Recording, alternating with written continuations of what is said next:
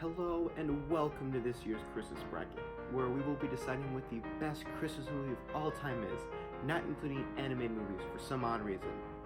And because making a movie the way I did last year is a lot of work and I have a lot more things to do, I decided not to do that this year and instead describe the movies in iffy at best accuracy.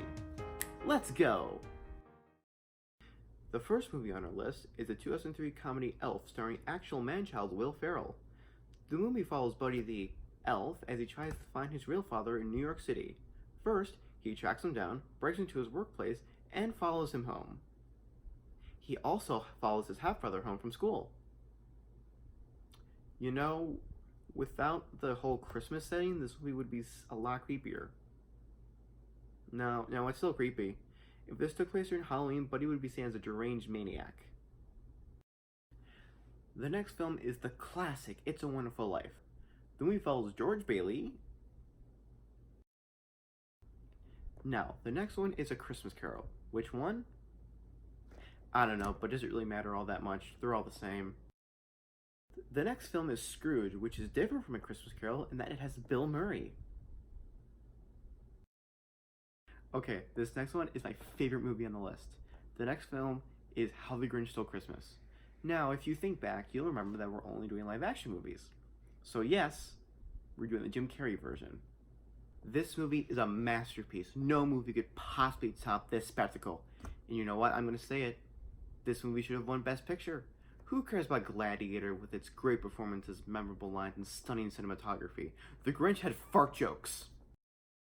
For this next film, let's take it back to when movies were simpler, where color was just invented and every movie was a musical. Our next film is White Christmas. White Christmas is about two musicians who are former soldiers who help their old sergeants failing in. Because that makes sense. It also features a very famous scene of two men dressing in drag that look somewhat like this. Next we have Miracle on 34th Street, the 1947 film about Santa working at Macy's and then going to court. He goes to court because he insists he's Santa. He is also probably crazy, but we don't like to think about that during Christmas. Also, at the end of the film, Santa gives a little girl a house. What the heck have we been doing? We've been asking for like dolls and Legos. We could be asking for a lot bigger things. Speaking of 1947, The Bishop's Wife. A film about an angel trying to steal a man's wife. A film about an angel harassing someone. A film about an angel trying to convince a man not to build a cathedral by constantly harassing him. Christmas Story. Enough said. Gremlins, a cute movie about a little boy who receives an adorable creature called a mogwai for Christmas. These things are so cute they make me want to feed them late at nights. This is such a cute, heartwarming family film.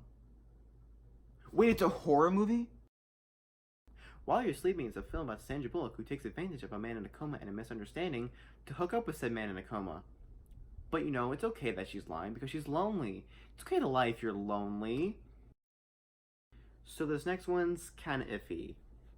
Technically, it's animated, but it was filmed using real people in motion capture suits. So then I guess that brings up the question, what makes a movie animated? Does being made of CGI automatically make it not live action?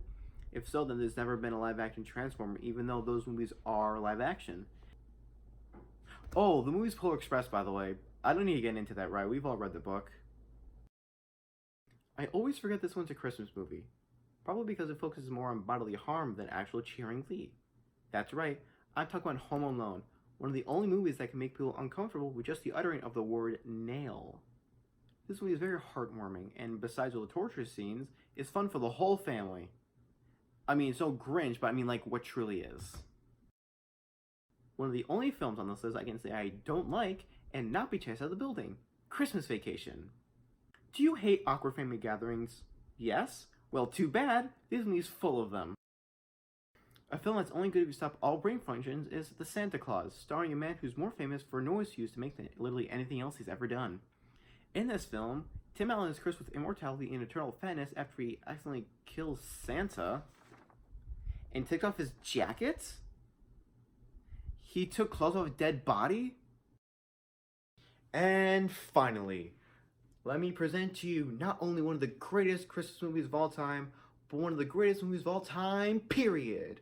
Ladies and gentlemen, I give you Die Hard. This movie's so legendary. Bruce Willis's tank top is in the Smithsonian. That's how amazing this movie is.